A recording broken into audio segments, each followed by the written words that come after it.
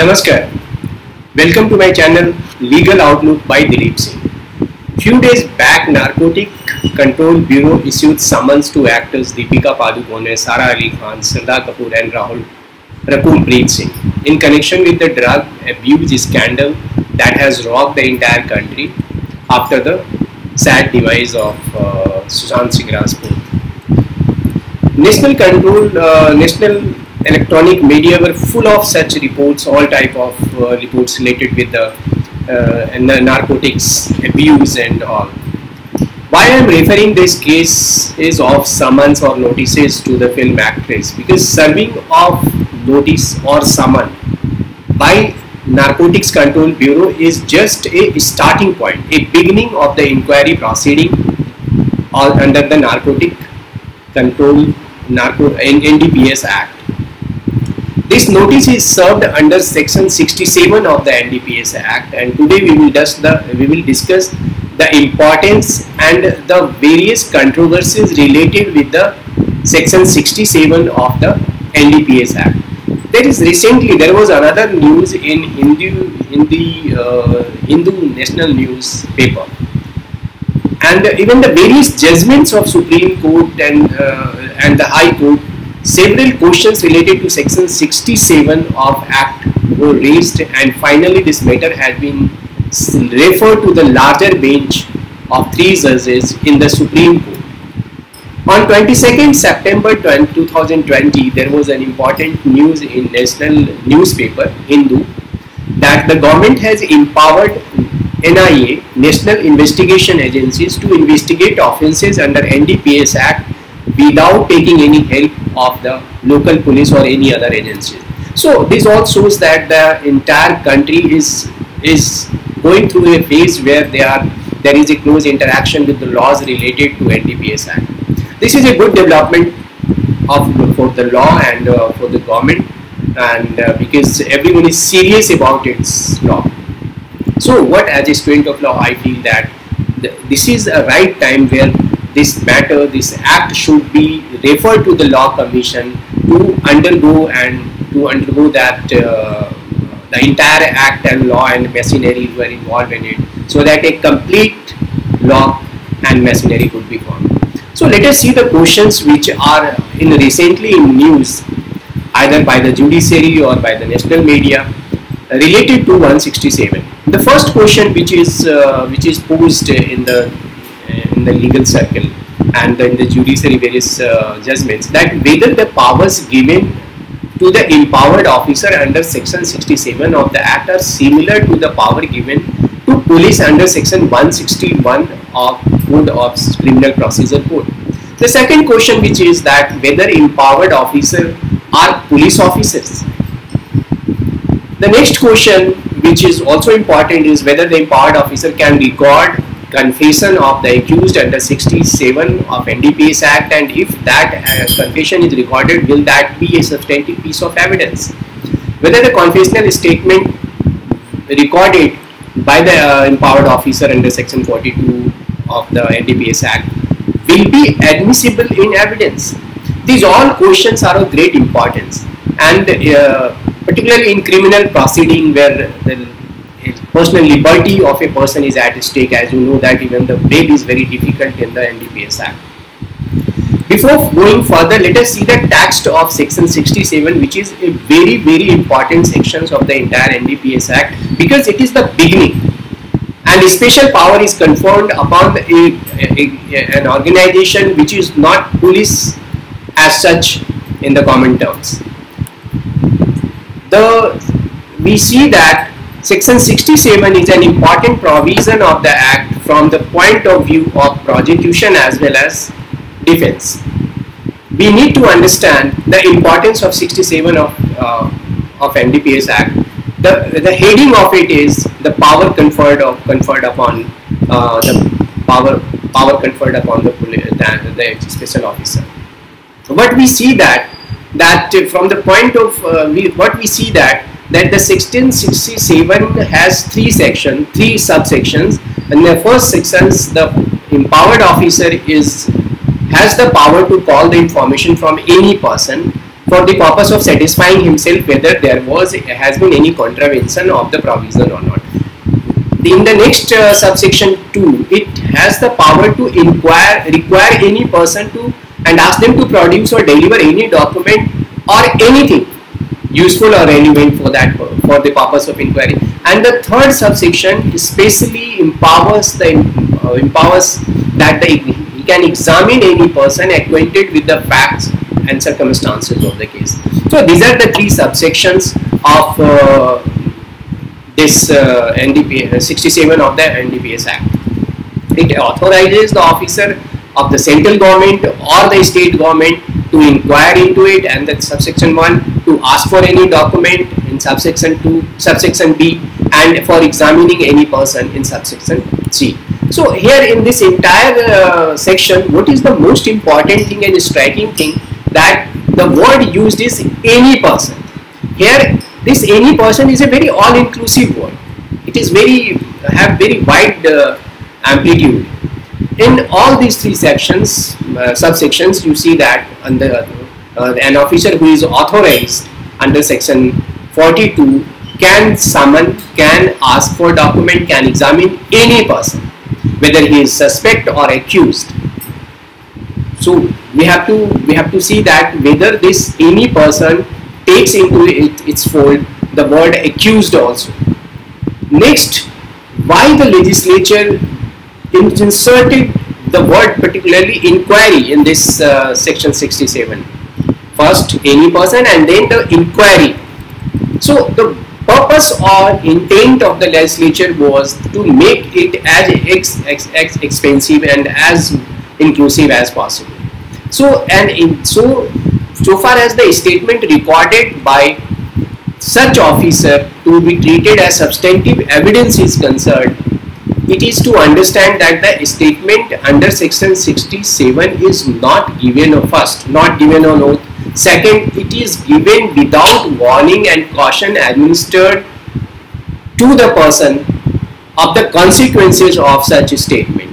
As a result, the statement under section 67 of statements are not taken after the due safeguard as it is provided in section 164 of CRPC, where the statement of a person is recorded after taking due safeguard and following a set principle of law. So this statement which is recorded and by an empowered officer cannot be treated as an statement recorded under 164 of CRPC.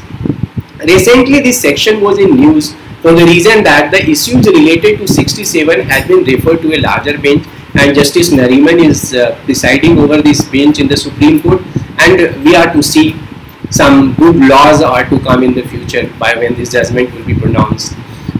How this matter was referred to this larger bench?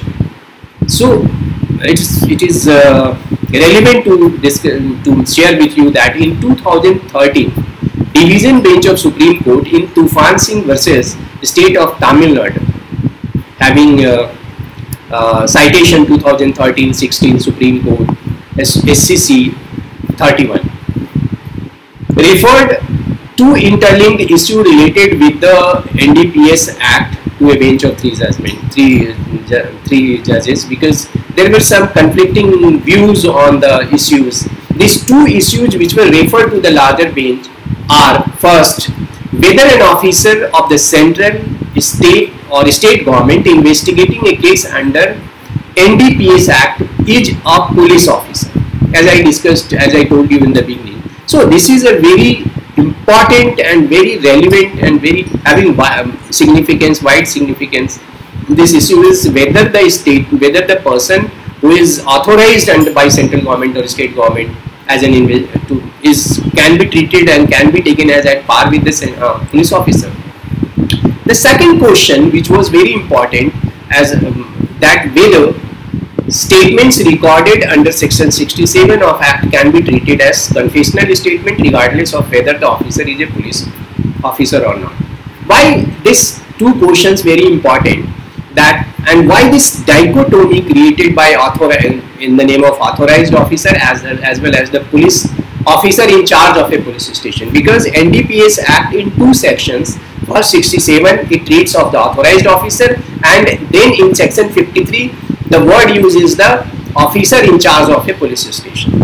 So this is against the principle of fairness of the criminal jurisprudence, that this dichotomy is created, and the person who is accused or who is suspect is not completely clear with the law and the terms to be used in the different circumstances. Section 67 particularly envisages about the inquiry of any person by the unauthorized officer, whereas section 53 of NDPS Act makes it possible to invest in officer or classes of officer from the central government or state government with the powers of an officer in charge of a police station as laid out in the criminal procedure code. So these are the two provisions which are dealing with the status of the inquiry officer, of the authorized officer.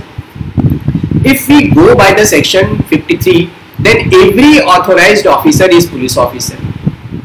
The court has taken a look on this issue in many cases, and have different benches have ended up in different conclusions. This was the reason that the matter has been referred to the larger bench. If they are police officer, then any statement recorded by the police officer is hit by section 25 of the Evidence Act, and that it states that no confession made to the police shall be proved against him, against and as accused. If they are not taken as the police officer, then the situation is entirely different, whereas the power of seizure and everything is given to it.